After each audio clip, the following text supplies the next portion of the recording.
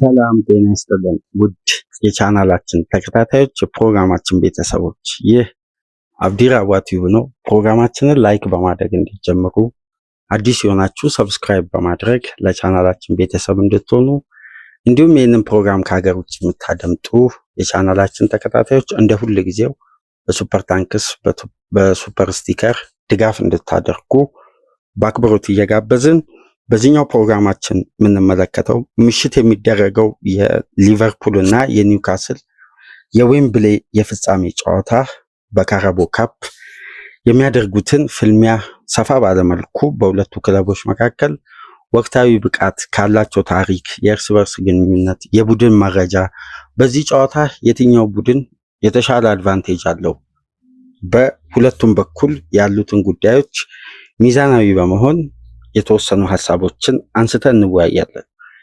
የአርነ ስሎት ሊቨርፑል ወደዚህ ጨዋታ ሲመጣ ከዩኤፋ ቻምፒየንስ ሊግ ያለፈው ሳምንት በፓሪስ ሴን ጀርሜን 120 ደቂቃ ተጫውተው በመለያ ምት ዳርዊን ኑኔዝ እና ኮርቲስ ጆንስ ስተው ሊቨርፑል እንግዲህ 3 ዋንጫ ሊያሳካ ይችላል ተብሎ ግምት ተሰጥቶት በከፍተኛ ሁኔታ የዩሮፒያን ምርጡ ክለብ ተብሎ በሚጠራበት ወቅት ነው እንግዲህ በፓሪስ ሴን ጀርሜን የመጀመሪያ ዙሩን ጨዋታ 1-0 አሸንፎ በሜዳው ደግሞ 1-0 ተሸንፎ 120 ደቂቃዎችን አድርጎ በመለያ ምት ተሸንፎ ከዛ ሙድ ከዛ ስሜት ጋር ተያይዞ ነው ለዚህ ፍጻሜ ኒውካስልን በዌምብሌ የሚገጥመው። የሁለቱ ክለቦች ወቅታዊ ፎርም በተለያየ መልክ ላይ ነው የሚገኘው። በተለይ የሊቨርፑል ባለፉት ጊዜያት ያደረገው ጨዋታዎችና የሜዳ ላይ የቆዩበት ደቂቃ ከኒውካስል ጋር ሲነጻጸር በዚህ ጨዋታ ሎድ፣ የአካል ብቃት፣ የመልሶ ማጥቃት እንቅስቃሴ እንዲሁም በአንድ ለአንድ ግንኙነቶች ሊኖሩ የሚችሉ የፋይቲንግ ጌም ስለሆነ ለአርነ ስሎት ከየትኛውም ጊዜ በላይ የአካል ብቃት ፈታኝ ጨዋታ ይሆናል ተብሎ ይጠበቃል። እኚህ ሆላንዳዊ እንግዲህ ወደ ሊቨርፑል ከመጡበት ጊዜ አንስቶ በአስደናቂ ባልተጠበቀ መልኩ የየርገን ክሎፕን ቦታ ከተረከቡ በኋላ የመጀመሪያ ዋንጫቸውን ለማሳካት ዛሬ ምሽት እንግዲህ ከኒውካስል ጋር ከፍተኛ ፍልሚያ፣ እጅግ ከፍተኛ የሆነ ፈተና ይጠብቃቸዋል። ይህንን እንዴት ይሻገራሉ? አሰልጣኙ ከዋንጫ ጋር ያላቸው ግንኙነትና ባለፉ የአሰልጣኝነት ዘመናቸው በተለይ በፌኖርድ በ2023 የዋንጫ ካሳኩ በኋላ በ2024 በተጠናቀቀው የውድድር ዓመት እንዲሁም በሊግ ካፕ የኤሪዲቪዚ ሊግ ካፕን አሳክተው 2 ዋንጫዎችን ካሳኩ በኋላ ነው አንፊልድ የደረሱት። ነገር ግን ያልተጠበቀው ሊቨርፑል በዚህ ደረጃ በከፍተኛ ሁኔታ እዚህ ደርሳል ተብሎ ሳይጠበቅ በሊጉ ከተከታዩ አርሴናል በ15 ነጥብ አስፍተው እንዲሁም በካራቦ ካፕ ኒውካስልን ለፍጻሜ ዌምብሌ ላይ የሚገጥም ቡድን በራሳቸው ቅርጽ መገንባት ችለዋል። ምንም እንኳን አዳዲስ ተጫዋቾች በስብስብ ውስጥ ባያካትቱም የታክቲክ ለውጥ፣ የአጨዋወት ዘይቤ፣ በተለይ ደግሞ የተጫዋቾችን ሎድ ማኔጅመንትን በእጅጉ የዚህ አሰልጣኝ አንዱ ጥንካሬ ተደርጎ ይነሳል።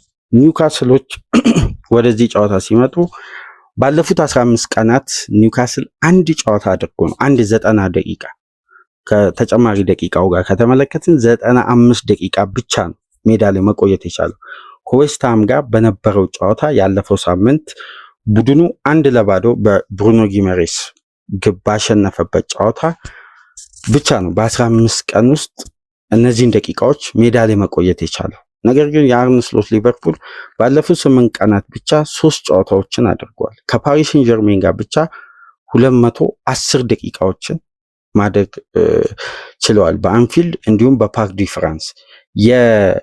ሳውዛምፕተን ጨዋታ ከጨመርን ደግሞ ወደ 300 ደቂቃ እና ከዛ በላይ ሊቨርፑል በሜዳ ውስጥ ቆይታ አድርጓል በ8 ቀናት ውስጥ። ይሄ ደግሞ ለአሰልጣኙ ሌላ አዲስ የቤት ስራ፣ ምክንያቱም ተጋጣሚው ኒውካስል ስለሆነ። ለምሳሌ የእያንዳንዱን የኒውካስል ያጫወት መንገድና የተጫዋቾችን ጥራት በየዲፓርትመንቱ ብንመለከት በተለይ ደግሞ በአማካይ ስፍራ ሊኖር የሚችለው የሁለቱ ክለቦች የአማካዮች የአንድ ለአንድ ግንኙነት በእጅጉ የዚህን ጨዋታ ውሳኔ ወይም ውጤት ሊያስተላልፍ የሚችል ጠንካራ ፍልሚያ ይሆናል። ሁለቱም ክለቦች እንግዲህ ባላቸው አማካኝ ታግዘው ነው እዚህ ደረጃ መድረስ የቻሉት። በተለይ ደግሞ ኒውካስል በሳንድሮ ቶናሊ፣ ብሩኖ ጊማሬስ እና ጆን ሊንተን በእነዚህ ሶስት ከፍተኛ ኢንቨስትመንት በወጣባቸው እንዲሁም በአካል ብቃት ደግሞ ፈርጠም ካሉ ተጫዋቾች የሚያገኘው ኢነርጂና አቅም በኒውካስል የዘንድሮ የውድድር ዓመት በሊጉም በዚህ ውድድርም አርሴናልን በደርሶ መልስ አሸንፎ ወደ ፍጻሜ ሲያልፍም ካሉ ጥንካሬዎች መካከል በዋነኝነት የሚጠቀስ ነው። በተለይ ደግሞ በሊቨርፑል በአሁኑ ሰዓት በጥብቅ የሚፈለገው የኒውካስል የፊት መስመር አጥቂ አሌክሳንደር ኢሳክ በዘንድሮ የውድድር ዓመት የብቃቱ ከፍታ ላይ እንደተገኘ በተደጋጋሚ እያሳየን ነው የሚገኘው። በሁሉም ውድድሮች 22 ግብ፣ በፕሪሚየር ሊጉ ደግሞ ባለፉት 15 ጨዋታዎች 14 ግብ አስቆጥሮ ተጫዋቹ ሻርፕ የሆነ ብቃቱን እያሳየ ነው የሚገኘው። ተጫዋቹ እንግዲህ በዚህ ሳመር መጨረሻ የዝውውር መስኮቱ ሲከፈት 150 ሚሊዮን ፓውንድ የተለጠፈበት አጥቂ ወደ አንደኛው ቶፕ 6 ክለብ ይዘዋወራል ተብሎ ይጠበቃል። ምንም እንኳን ይህን ሂሳብ ለመድፈር ያሁኑ የፒኤስአር ሕግ ለየክለቦች መሰናክል ቢሆንም አንዳንድ ሁኔታዎችን አመቻችተው አርሴናል፣ ሊቨርፑል፣ ቼልሲ በዚህ ተጫዋች ፍላጎት ዙሪያ ጠንከር ያለ ፍላጎት እንዳላቸው ይጠቀሳል። የዛሬው ጨዋታ ደግሞ የዚህን ተጫዋች ኳሊቲ ማሳያ ለፈላጊ ክለቦች ሊቨርፑልን ጨምሮ ተጫዋቹ ራሱን ከፍ ባለ ደረጃ እንዲህ አይነት ጠንካራ ፊልሚያዎች በአንድ ጨዋታ ብቻ ሊወሰን የሚችል የዋንጫ ጨዋታዎች ላይ ምን አይነት ኳሊቲ ያለው የሚለው በተቃራኒው የሚታይበት ጨዋታ ስለሆነ የቨርጂል ቫንዳይክ እና የአሌክሳንደር ኢሳክ ወይም የኢብራሂም ኩናቴ የአንድ ለአንድ ግንኙነት ይጠበቃል። ነገር ግን ወደዚህ ጨዋታ ሁለቱ ክለቦች ሲመጡ ያላቸውን ሪከርድ ቢያንስ ከዋንጫ ጋር ያላቸው ቀጥተኛ ሪከርድን ብንመለከት ሊቨርፑል በዚህ ውድድር 15 ጊዜ ፍጻሜ በመድረስ የዛሬውን ጨምሮ ብቸኛ ክለብ ያደርገዋል። ከተከታዩ ክለብ በ5 በመብለጥ በዚህ ውድድር ከፍተኛ ቁጥር ያለውን ዋንጫ በማንሳት ቀዳሚ የሆነው ሊቨርፑል ለመጨረሻ ጊዜ በኤርገን ክሎፕ በሚሰለጥንበት ወቅት በዚህ ስቴዲየም በአስደናቂ የመጨረሻ ደቂቃ የቫንዳይክ ግብ 10ኛውን የካራቦ ካፕ ድል ማስመዝገቡ ይታወሳል። በወቅቱ የአርነ ስሎት ሊቨርፑል የኤርገን ክሎፕ ሊቨርፑል በዌምብሌ በሚያደርገው ጨዋታ ከዋናው ቡድን ቋሚ ሆነው ከሚሰለፉ ተጫዋቾች 9 ተጫዋቾች በዋናው ቡድን ውስጥ ተካተው የውድድር ዓመቱን ከጀመሩት ጠንካራ ትላልቅ ተጫዋቾች በቼልሲው ግጥሚያ በተጠናቀቀው የውድድር ዓመት በስብስብ ውስጥ አልነበሩም። ለምሳሌ እነ መሐመድ ሳላ፣ ዶሚኒክ ሶቦዝላይ እንዲሁም ጨዋታ ከጀመረ በኋላ ራያን ግራቨንበርክ በጉዳት የተለያዩ ተጫዋቾች ትሬንት አሌክሳንደር አርኖልድን ጨምሮ በርካታ ተጫዋቾች አልነበሩም። እነ ዳርዊን ኑኔዝ፣ ኮርቲስ ጆንስ፣ ዲየጎ ጆታን ጨምሮ። በዛሬው ጨዋታ ግን ሊቨርፑል በዚህ ጨዋታ የማያገኙ ተጫዋች ትሬንት አሌክሳንደር አርኖልድ ነው። ከዚህ ቀደም ጉዳት ላይ ያሉ ተጫዋቾች እንዳለ ሆኖ ከፓሪስ ሴን ጀርሜኑ ጨዋታ የተመለሰው ስብስብ ውስጥ አርኖልድ ነው የጎደለው እና ለስሎት የዘንድሮ የውድድር ዓመት ምቹ ካደረጉ አጋጣሚዎች መካከል የተጫዋቾች ጉዳት መቀነስ ነው። ስለዚህ ይሄ የሊቨርፑል ሪከርድ በተለይ በዌምብሌ ላለፉት 5 የውድድር ዓመት በኤርገን ክሎፕ በሚሰለጥንበት ወቅት 4 ጊዜ ለፍጻሜ ቀርቦ 4ቱንም ማሳካት ችለዋል። ይሄ ደግሞ ለቡድኑ አሁን ላይ ላለው ለስብስቡ አእምሯዊ ዝግጁነት በይበልጥ ትልቅ አድቫንቴጅ ይፈጥራል ተብሎ ይጠበቃል። ምንም እንኳን ሊቨርፑል ማክሰኞ ምሽት ከፍተኛ ኢነርጂ እና በኢንቴንሲቲ መጫወቱን ተከትሎ ለዚህ ጨዋታ ከበቂ በላይ የእረፍት ቀናትን ማግኘት የቻለው ኒውካስል እንዲሁም በአጨዋወቱ በኩል ደግሞ አግሬሲቭ መሆኑ ጨዋታው ምናልባት ተመጣጣኝ ፉክክር ይኖረዋል ተብሎ ይጠበቃል። ሊቨርፑል በጥሩ ሪከርድ በዋንጫ ፉክክር በኩል በተለይ ደግሞ በሊግ ካፕ ባለው ሪከርድ ወደዚህ ጨዋታ ሲቀርብ ኒውካስሎች 56 ዓመት ሞልቷቸዋል ዋንጫ ካሸነፉና ኤድዊናዊ ቡድኑን 2 ጊዜ ለፍጻሜ ማቅረብ ችሏል። የዘንድሮውን ጨምሮ ባለፈው ከማንቸስተር ዩናይትድ ጋር ለመጨረሻ ጊዜ በዚህ ውድድር ፍጻሜ ቀርቦ እንግዲህ ቡድኑ በማንቸስተር ተሸንፎ ዋንጫው ማጣቱ ይታወሳል። የሁለቱ ክለቦች የዛሬው ጨዋታ ፉክክር በእጅጉ ይጠበቃል። የትኛው ክለብ ዋንጫውን አሳክቶ ሊቨርፑል የዌምብሌይን ሪከርድ የሚያስቀጥልበት በአርነ ስሎት የአሰልጣኝ ዘመን የመጀመሪያ ዋንጫውን ኒውካስል ላይ በማሸነፍ ወይስ ኒውካስሎች ከረጅም ጊዜ በኋላ የዋንጫ ጥማቸውን በሁለተኛነት ያገኙትን አድቫንቴጅ ከ2 ዓመት በፊት ነበር ፍጻሜ መድረስ የቻሉት። አሁንም በድጋሚ መድረስ ችለዋል። ያን የዋንጫ ጥማቸውን ቡድኑ ይህን ዋንጫ በማሳካት አዲስ ታሪክ ከረጅም ጊዜ በኋላ ኤድዊን ሃዊ መጻፍ ይችላሉ ወይ? የምሽቱ ጨዋታ የሚወስነው ነው የሚሆነው። ነገር ግን የሊቨርፑል የሊግ ካፕ ዋንጫ ማሳካት ለአርነ ስሎትም ለክለቡም ትልቅ ሪከርድ ነው የሚመዘገበው። ለምሳሌ ከፕሪሚየር ሊግ ውጪ በሊግ ውድድር በዚህ በካፕ ውድድር ላይ ከፍተኛ ቁጥር ያለውን ዋንጫ ያሳካ ክለብ ማንቸስተር ዩናይትድ ነው 19 ጊዜ። ሊቨርፑል ደግሞ በሁለተኛ ደረጃነት ተቀምጦ 18 ጊዜ ነው ማሳካት የቻለው። ይህን ዋንጫ የሚያሸንፉ ከሆነ ከማንቸስተር እኩል በመሆን የፕሪሚየር ሊግ እንዲሁም የዚህ የእንግሊዝ እግር ኳስ ሀያል ክለብ መሆን ይችላል። በተጨማሪም አርነ ስሎት የሊጉን ዋንጫ እንግዲህ 99% ኦፕታ እንደሚለው አሳክተዋል። በቀሪ ጨዋታዎች ይሄ ውጤት የሚጠበቀው በአፕሪል መጨረሻ ሊቨርፑል የፕሪሚየር ሊጉን ዋንጫ ያሳካል የሚል የራሱን አዲስ ግምት አስቀምጧል። እሱንም ዋንጫ ሲያነሱ ደግሞ 20ኛ የፕሪሚየር ሊግ ድል ነው የሚሆነው። ይሄ ደግሞ ማንቸስተር ዩናይትድ የያዘውን 20 የፕሪሚየር ሊግ ዋንጫ የማሳካት ሪከርድን እኩል ያደርጋሉ። 2 አድቫንቴጅ ለአርነ ስሎት ያውም በመጀመሪያ የውድድር ዓመት ባልተጠበቀ መልኩ 2 ትላልቅ ውድድሮችን በማንሳት ትልቅ ሪከርድ ለመጻፍ እንግዲህ የመጀመሪያው ምዕራፍ የመጀመሪያ ፍጻሜ ዌምብሌይ ላይ አሰልጣኙ እንግዲህ በይበልጥ ኳሊቲያቸው የሚታይበት የሚፈተንበት በተለይ ከፓሪስ ሴን ጀርሜኑ ሽንፈት እንዴት ቡድኑ በአንዴ ከዛ ስሜት ወጥቶ የዛሬውን ጨዋታ በምን አይነት መልኩ ለደጋፊዎች ሪያክሽን ይሰጣል የሚለው ከወዲሁ ይጠበቃል። እስቲ ወደ ቡድን መረጃና የሁለቱ ክለቦች የእርስ በርስ ግንኙነት ባለፉት ጊዜያት በምን አይነት መልኩ ነው የዘለቀው? በተለይ ሊቨርፑል ባለፉት 17 የእርስ በርስ ግንኙነቶች ከኒውካስል ጋር ምንም አይነት ሽንፈት አላስተናገደም። በዘንድሮ የውድድር ዓመት በደርሶ መልስ ጨዋታ ሊቨርፑል 5 ግብ ኒውካስል መረብ ላይ ማስቆጠር ችሏል። እንደምታውቁት በሴንት ጄምስ ፓርክ የነበረው አስደናቂ የሊቨርፑል ካምባክ በስተመጨረሻም በኩቢን ከለህር ስህተት የተቆጠረችው ግብ 3-3 ተጠናቆ ሊቨርፑል ከሴንት ጄምስ ፓርክ 1 ነጥብ ይዞ እንዲመለስ ምክንያት ሆኖ ነበር። ነገር ግን ባለፈው በሊጉ ሊቨርፑል ኒውካስልን ባስተናገደበት በአንፊልድ ጨዋታ በአሌክሲስ ማካሊስተር እና ዶሚኒክ ሶቦስላይ ግብ ታግዞ 2-0 እንዳሸነፈ ይታወቃልና በቅርብ ጊዜያት ውስጥ ያለው ሪከርድ እንኳን በሊቨርፑል የበላይነት የተጠናቀቀ ነበር።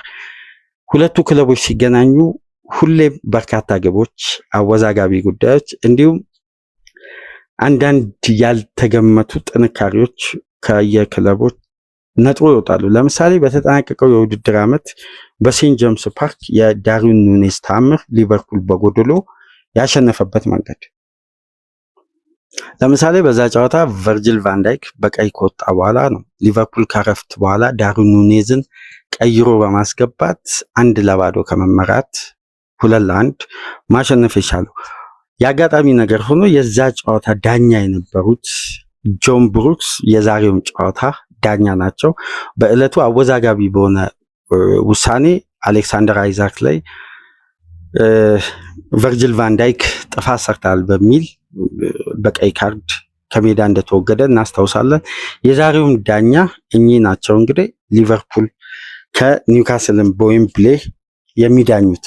ይህም ጉዳይ ሌላኛው ትኩረት የሚስብ ነው። በዘንድሮ የውድድር ዓመት ከረፍት በፊት ሴንት ጄምስ ፓርክ ላይ በነበረው ጨዋታ የኒውካስል የበላይነት ሊቨርፑልን በምን አይነት መልኩ ሲያጠቁ እንደነበር እንዲሁም የአሌክሳንደር አይዛክ 2 አስደናቂ አጨራረሶችን የተመለከትንበት አጋጣሚ ነበር። ስለዚህ የዛሬው ጨዋታ ሁለቱ ክለቦች ምን አይነት ፉክክር ያሳያሉ የሚለው ከወዲሁ የሚጠበቅ ነው። እስቲ የተወሰኑ የቡድን መረጃዎችን በዚህ ጨዋታ ምናልባት ልዩነት ሊፈጥሩ የሚችሉ የተጫዋቾች በዚህ ጨዋታ ላይ መኖር አለመኖር የትኛውም ቡድን በይበልጥ ሊጎዳው ይችላል። ሊቨርፑል እንግዲህ የትሬንት አሌክሳንደር አርኖልድን አገልግሎት አያገኙም። ተጫዋቹ ምናልባት ስሎት ከጨዋታ በፊት በሰጡት ጋዜጣዊ መግለጫ በዘንድሮ የውድድር ዓመት ተመልሶ ሊቨርፑልን የሚያገለግል ይመስለኛል የሚል ግምታቸውን አስቀምጧል። ከዚህ ጨዋታ እንግዲህ 100% ውጪ ሆኗል። ነገር ግን በድካም ምክንያት ተቀይሮ የወጣው ኢብራሂም ኩናቴ ለዚህ ጨዋታ ዝግጁ ነው። ለመጨረሻ ጊዜ ሊቨርፑል ቅዳሜ ከሰዓት ባደረገው ትሬኒንግ ሙሉን ማጠናቀቁ ለሊቨርፑል ደጋፊዎች መልካም የሚባለው ዜና ይሄ ነው። ነገር ግን ትሬንት ከዚህ ጨዋታ ውጪ መሆኑ በአሰልጣኙ ተረጋግጧል ማለት ነው። ከነሱ ውጪ እንግዲህ ሊቨርፑል የጄ ጎሜዝ እና ኮነር ብራድሊን አገልግሎት አያገኝም። አሁንም ሁለቱም ተጫዋቾች ከኢንተርናሽናል ብሬክ በኋላ ነው ሊመለሱ የሚችሉት። ስለዚህ ሊቨርፑል የቀኝ ስፍራውን መሸፈን ያቀደው በሁለት ተጫዋች ነው። ለመጨረሻ ሰዓት የሚወጣውን ምርጥ 11 ካልተመለከትን በስተቀር ውሳኔው የተለየ እንደሚሆን ይጠበቃል። አንደኛው ዣሬል ካውንሳ ነው። በተደጋጋሚ አርነ ስሎት ብራድሊ በሌለበት ጨዋታዎች ትሬንትን ማሳረፍ ሲፈልጉ ቀይረው በፖዚሽኑ ላይ የሚያስገቡት ዣሬል ካውንሳ ነው። ምንም እንኳን ከትሬንት መጎዳት በኋላ በፒኤስጂ ጨዋታ ተቀይሮ ገብቶ ያሳየው እንቅስቃሴ በተለይ ከቆሙ ኳሶች 3 ሙከራዎችን ማድረጉ ተጫዋቹ የነበረው ንቃትና ፍላጎት በጨዋታው ተደንቋል። በዚህ ጨዋታ ደግሞ በትኩረት የፍጻሜ ጨዋታ ነው፣ ለማሻሻል ለማረም በቀጣይ በሂደት ይስተካከላል በሚል ግምት 90 ደቂቃ አድቫንቴጅ ካለፈ በኋላ በድጋሚ እርምት ለመውሰድ የማይቻልበት አንድና ብቸኛ ጨዋታ ነው የሚኖረው የፍጻሜ ጨዋታ። ስለዚህ ስሎት ምን አይነት ውሳኔ ያስተላልፋሉ? አንደኛው ዣሬል ካውንሳን መጠቀም ነው። ሁለተኛው ግን ባልተጠበቀ መልኩ እንግዲህ ከዚህ ቀደም የተጫዋቹን ያለፉትን ጊዜያት አገልግሎትና አንዳንድ እንቅስቃሴ በመመልከት ኮርቲስ ጆንስን በቀኝ ፉልባክ በኩል ለመጠቀም አሰልጣኙ አስበዋል። ለዚህ ደግሞ ውሳኔ ምናልባት እንዲያደርጉ ያስቻላቸው እንደ ምክንያት የሚነሳው በተቃራኒው በኩል በኒውካስል የግራ የሜዳ ክፍል በርካታ ተጫዋቾች በጉዳት ምክንያት እንዲሁም በካርድ ስለማይሰለፉ ነው የሚል ዘገባ እየወጣ ነው። አንደኛው እንደምታውቁት የኒውካስል ተጫዋች ሆነው በሊቨርፑል አድጎ ወደ ኤቨርተን አካዳሚ ከተጓዘ በኋላ በጥሩ እድገት በአስደናቂ ብቃት ወደ ኒውካስል ተዘዋውሮ ወደ ሊቨርፑል በተጠናቀቀው ውድድር ዓመት ይመጣል ተብሎ ሲጠበቅ የነበረው አንቶኒ ጎርደን ከብራይተን ጋር በነበረው የኤፍኤ ካፕ የጥሎ ማለፍ ጨዋታ ቀይ ካርድ መመልከቱን ተከትሎ ለዚህ ጨዋታ አይሰለፍም። እንዲሁም የክለቡ ተመራጭ የግራ ፉልባክ ተጫዋች ሆነው ሃል ባጋጠመው ጉዳት ምክንያት ከዚህ የውድድር ዓመት ውጪ ነው። ሁለቱ የክለቡ ቋሚ የግራ ስፍራ ተጫዋቾች ከዚህ ጨዋታ ውጪ ናቸው። ይሄ አድቫንቴጅ ሊቨርፑልን ሞር አድቫንስድ ሆኖ በማጥቃቱ እንዲሁም ለመከላከልም ከኒውካስል ጥንካሬ መነሳ በማድረግ ይህን ስፍራ ሊቨርፑል ለማጥቃትም የሚጠቀሙበት እንዲሁም ከፍተኛ ጫና ይፈጠራል ተብሎ በዚህ ኤሪያ በኩል ስለማይገመትና በተለይ ደግሞ የሊቨርፑል ከፍተኛ የማጥቃት አቅም የሆነው መሐመድ ሳላ በፊት መስመር በኩል ስለሚኖር እንደነዚህ አይነት ሽግሽጎችን ከካውንሳ ይልቅ ባላንስ ለማድረግ በተለይ ደግሞ ኢንቨርትድ ፉልባክ ሆኖ አማካዩን በቁጥር ከብሩኖ ጊማሬስ፣ ጆሊንተን፣ ሳንድሮ ቶናሊ የሚደርስባቸውን ጫና ተቋቁሞ ለመውጣት ኳስን ተቆጣጥሮ ኒውካስልን በራሱ የመጫወቻ ክልል አብዛኛውን ደቂቃ እንዲያሳልፍ እንዲሁም በፋስት ብሬክ ሊቨርፑል እንዳይጠቃ ባላንስ ለማድረግ ኮርቲስ ጆንስን እንደ ቀኝ ፉልባክ ይጠቀማሉ ተብሎ ይጠበቃል። ነገር ግን አሁንም በግምታዊ አስተላለፍ በኩል ስንመለከት ተመራጩ በፖዚሽኑ ላይ ያለው ብቸኛ አማራጭ ዣሬል ካውንሳ ስለሆነ ይሄ ተጫዋች የመሰለፍ እድሉ ሰፊ ነው። ነገር ግን ያልተጠበቀ ውሳኔ ከተመለከትን በቀኝ ስፍራ ቦታ የአርኖልድን ቦታ ለመተካት ስሎት የመጨረሻ ውሳኔያቸውን በኮርቲስ ጆንስ በኩል ያስተላልፋሉ ተብሎ ይጠበቃል። ይሄ በሊቨርፑል በኩል ያለው የቡድን መረጃ ነው። ነገር ግን በኒውካስል በኩል ዋነኛው ተመራጭ ሴንተር ባክ ስቴቫን ቦትማን ከዚህ ጨዋታ ውጪ ነው። ተጫዋቹ ባጋጠመው የጉልበት ጉዳት ምክንያት እንደምታውቁት ለ6 ሳምንት ከሜዳ ይርቃል። ይህንን ተከትሎ የተጫዋች አይኖርም። በግራ በኩል እንደነገርኳችሁ ሃል እንዲሁም በፊት መስመር በኩል ደግሞ የተሻለው አንቶኒ ጎርደን አይሰለፍም። ስለዚህ የግራውን ፖዚሽን ይዞ በተፈጥሯዊ ቦታው ሳይሆን በአማራጭነት ስለሚጫወት ሊቨርሜንቶ ሳላን የማቆም ትልቅ ኃላፊነት ተሰጥቶት ይሄ ወጣት እንግሊዛዊ ተጫዋች በግራ በኩል ይሰለፋል ተብሎ ይጠበቃል። ዳን በርንና ፋቢያን ሼር የመሃል ክፍሉን በተከላካይ ስፍራ ሁለት ረጃጅም የሊጉ ረጃጅም የሁለት ተጫዋቾች ጥምረት የሊቨርፑልን የማጥቃት እንቅስቃሴ የመገደብ እንዲሁም በቀኝ ፉልባክ በኩል ትሪፐርን ይጠቀማሉ ተብሎ ይጠበቃል። እነዚህ የቡድን መረጃዎች ምናልባት በዚህ ጨዋታ ላይ አንዱ የውጤቱ ተጽዕኖ ሊሆን ይችላል። ሊቨርፑል የአንድ ተጫዋችን ኳሊቲ ሲያጣ፣ ኒውካስል ግን በዘንድሮ የውድድር ዓመት ከዳን በርንና ከብሩኖ ጊማሬስ በመቀጠል ሜዳ ውስጥ በሶስተኛነት ሰፊውን ደቂቃ ወይም ለኒውካስል በርካታ ደቂቃ ካደረጉ ተጫዋቾች ከ2150 ደቂቃዎችን በላይ መቆየት የቻለውን ሉዊስ ሃለን ነው በግራ ተከላካይ በኩል የማያገኙት።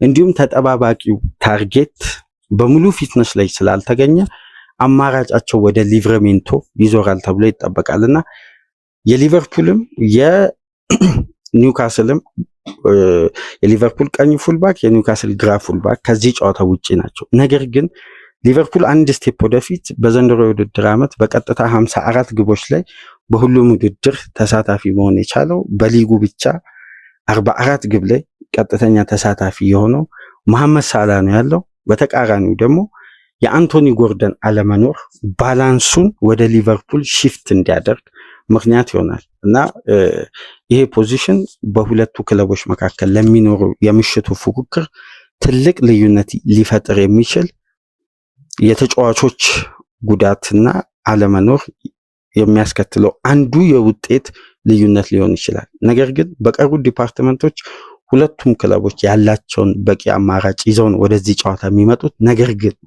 የአርነ ስሎት ሊቨርፑል 210 ደቂቃ አድርጎ እንዲሁም የሳውዛምፕተኑ ጨዋታ ሲጨመር ወደ 300 ደቂቃ ተጫውቶ በተጨማሪም ኒውካስል ደግሞ በ15 ቀን ውስጥ አንድ ጨዋታ ብቻ ከዌስትሃም ጋር አድርጎ ነው ወደዚህ ጨዋታ የሚመጣው። ይሄ ደግሞ በድካምና በሎድ በኩል የሚፈጥረው ተጽዕኖ አለ። እነዚህን ጉዳዮች ደግሞ በዘንድሮ የውድድር ዓመት በደንብ በስሎት ጥንካሬ ውስጥ ከተመለከትናቸው ጉዳዮች መካከል ሎድን ጫናን የሚቀንሱበት መንገድ ነው። ለምሳሌ ከፓሪስ ሴን ጀርሜን ጋር ወደ ተጨማሪ ደቂቃ ቡድኑ ሳይሄድ አሌክሲስ ማካሊስተርን ቀይረው ሌላ ተጫዋች መጠቀማቸው እንዲሁም በተጨማሪ ዲየጎ ጆታን 73ኛ ደቂቃ ላይ ቀይሮ አስወጥተዋል። በዚህ ጨዋታ እነዚህ ሁለት ተጫዋቾች የመሰለፍ እድላቸው ሰፊ ነው። በግምታዊ አስተላለፍ በኩል ሰፊ የሊቨርፑል ውስጥ አዋቂዎች የሚጽፉትን ስመለከት እነዚህን ሁለት ተጫዋቾች ዳግም ሊጠቀሙ ይችላሉ። በተለይ የአሌክሲስ ማካሊስተር ቋሚ መሆን ምንም የሚያጠራጥር ጉዳይ አይደለም።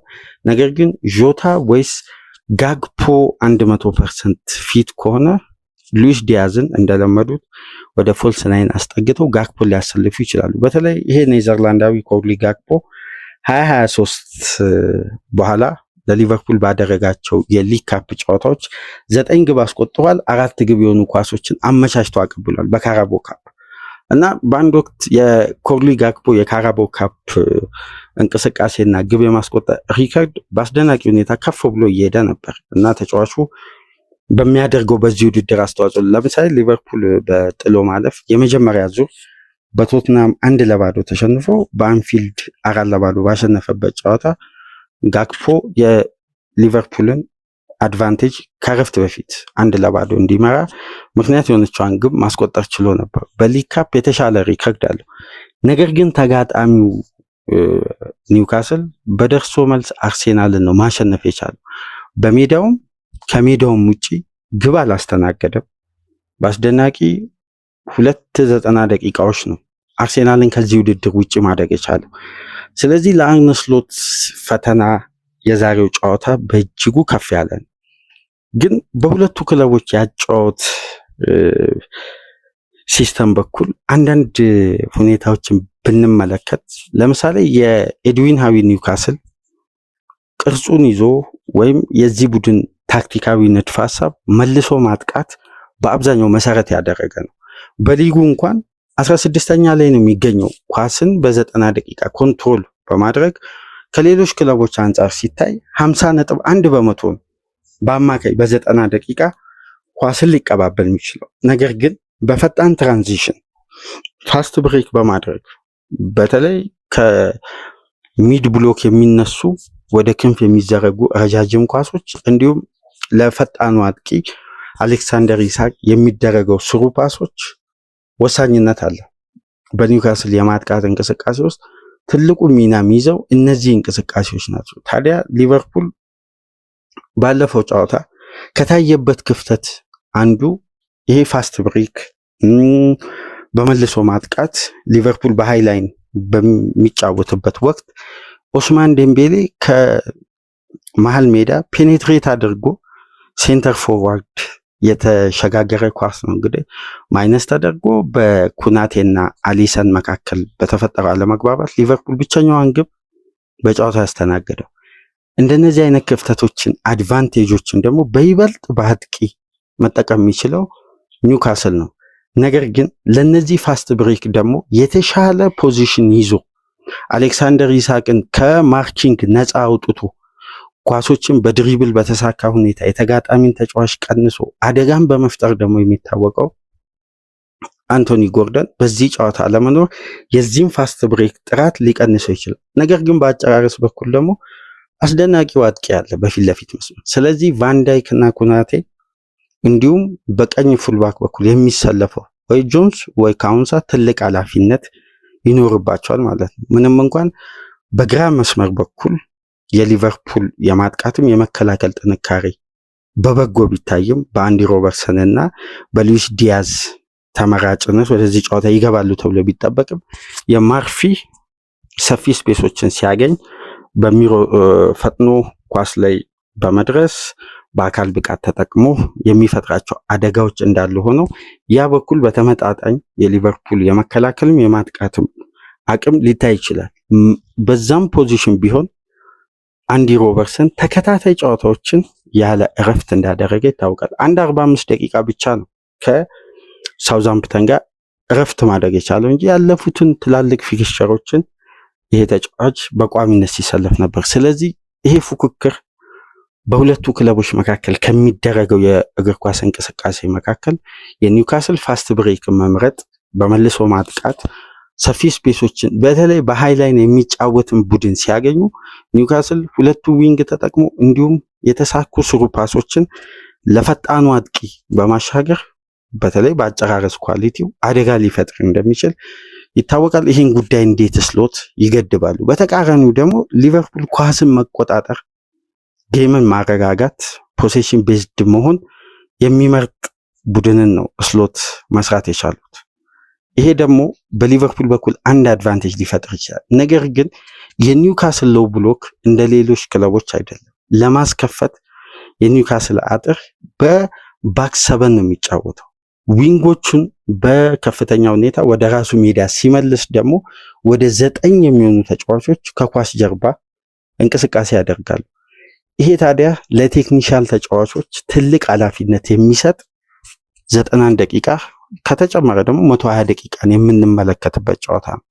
ስለዚህ ሊቨርፑሎች በራሳቸው ኳሊቲ ይዘው በመጡት እንቅስቃሴ ልዩነት ለመፍጠር፣ ኒውካስል ደግሞ በሚታወቅበት የጨዋታ ቅርጽ ሊቨርፑል ላይ ጫና ፈጥሮ በመልሶ ማጥቃት ለማሸነፍ የሚደረግ ልዩ ጥረት ነው። ነገር ግን በተደጋጋሚ ስለ ሎድ በዚህ ፕሮግራም አንስቼ ነበር። የኒውካስል በቂ ረፍት ማድረግ የሊቨርፑል ደግሞ ሎድ ውስጥ ሆኖ በርካታ ደቂቃዎችን ከኒውካስል በላይ በእጥፍ መጫወቱን ተከትሎ እዚህ ጨዋታ ላይ ጫና ሊፈጥር ይችላል የሚል ሐሳብ አንስተን ነበር። ነገር ግን አንድ ያለፈውን የሊቨርፑል ከፍተኛ ጫና የበዛበትን አንድ ሳምንት 15 ቀንን ወደኋላ መለስ ብለን ስናስታውስ አሰልጣኙ ሎድን የሚሻገሩበት መንገድ ወይም ማኔጅ የሚያደርጉበት መንገድ የዘንድሮ የሊቨርፑል ጥንካሬ ነው። ለምሳሌ ሊቨርፑል በ15 ቀን 5 ትላልቅ ጨዋታዎችን ባደረገበት ወቅት ከነዛ ጨዋታዎች ውስጥ አንዱንም አልተሸነፈም። ጠንካራ ጨዋታዎችን በቪላ ፓርክ፣ በኢቲሃድ እንዲሁም በጉዲሰን ፓርክ አድርገዋል።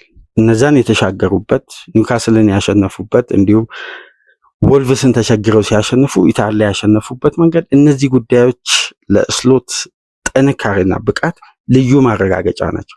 ስለዚህ በ8 ቀን 3 ጨዋታ አድርገው ያውም ከ3ቱ ጨዋታ የሚጠበቀውን ደቂቃ ሳይሆን እላፊ ተጫውተው በተጨማሪ ደቂቃ ከፓሪስ ሴን ጀርሜን ጋር መጫወታቸው ለዚህ ጨዋታ የተለየ ሎድ ማኔጅመንትን ይተገብራሉ ተብሎ ይጠበቃል። በተለይ ደግሞ እንደምታውቁት ያለፉትን ጊዜያት ሊቨርፑል በትሬኒንግ አይደለም አብዛኛውን ቀናት የቆየው ከፓሪስ ሴን ጀርሜን ሽንፈት በኋላ በሪከቨሪ ነው። ትሬኒንግ ላይ በመቆየት ሳይሆን በጂም እና በእረፍት ነው የቆዩት። ስለዚህ አዲስ ታክቲክ በቅዳሜ ዕለት ስሎት ከተጫዋቾቻቸው ጋር ለ3 ሰዓት የቆዩበትን ትልቅ ትሬኒንግ ያደረጉት ቅዳሜ ነው። ለዚህ ጨዋታ ታዲያ በምን አይነት መልኩ ተዘጋጅተዋል? ሊቨርፑልን ለ11ኛ ጊዜ በካራባኦ ካፕ ለድል ያበቃሉ። ለራሳቸው ደግሞ በመጀመሪያ የውድድር ዓመት ያን የኤርገን ክሎፕ ወንበርን በስኬት ለማጠናቀቅ የመጀመሪያ የስኬት ጅማሬያቸውን ለመንደርደር ዛሬ ምሽት በዌምብሌ የተሳካ ቆይታ ያደርጋሉ። ምሽት የምንመለከተው ኒውካስል ከዛ የውድድር ዓመት ከነዛ ሁሉ ዘመናት ከ25000 ቀናት በላይ ያለ ዋንጫ የቆየው የኤድዊን ሃዊ ቡድንስ በከፍተኛ ኢንቨስትመንት በተገነባው ቡድን ኤድዊን ሃዊ ለሁለተኛ ጊዜ ፍጻሜ ደርሷል። አንዱን በማንቸስተር ተሸንፈዋል። ዛሬ ምሽትስ ሊቨርፑልን አሸንፈው ዋንጫ ያሳካሉ ወይስ የኒውካስል ዋንጫ ራብ ለሌላ የውድድር ዓመት ይዘልቃል? ምሽት የምንመለከተው ነው የሚሆነው። ሊቨርፑል ከኒውካስል የካራባኦ ካፕ ፍጻሜን በእንዲህ መልኩ ተመለከትን። ፕሮግራማችንን ላይክ አድርጉ።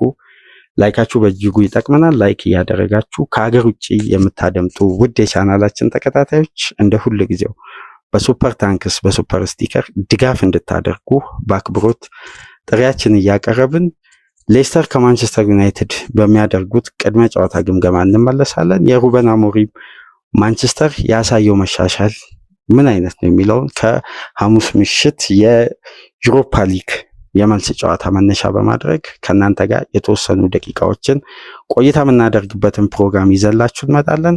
አርሴናል ከቼልሲ የለንደን ደርቢን ጨዋታ በተወሰኑ ደቂቃዎች ከእናንተ ጋር ቆይታ ያደረግንበትን ፕሮግራም እየተከታተላችሁ ይሄን ለሌሎች እያጋራችሁ አዲስ የሆናችሁ ሰብስክራይብ እያደረጋችሁ ከሀገር ውጭ የምትገኙ ድጋፍ እያደረጋችሁ ፕሮግራማችንን ተደራሽነቱ እንድታሰፉ በአክብሮት እየጋበዝን ከእናንተ ጋር ቆይታ ያደረግኩት ሚናድ አብዲ ነበርኩ። ሰላም ቆዩ።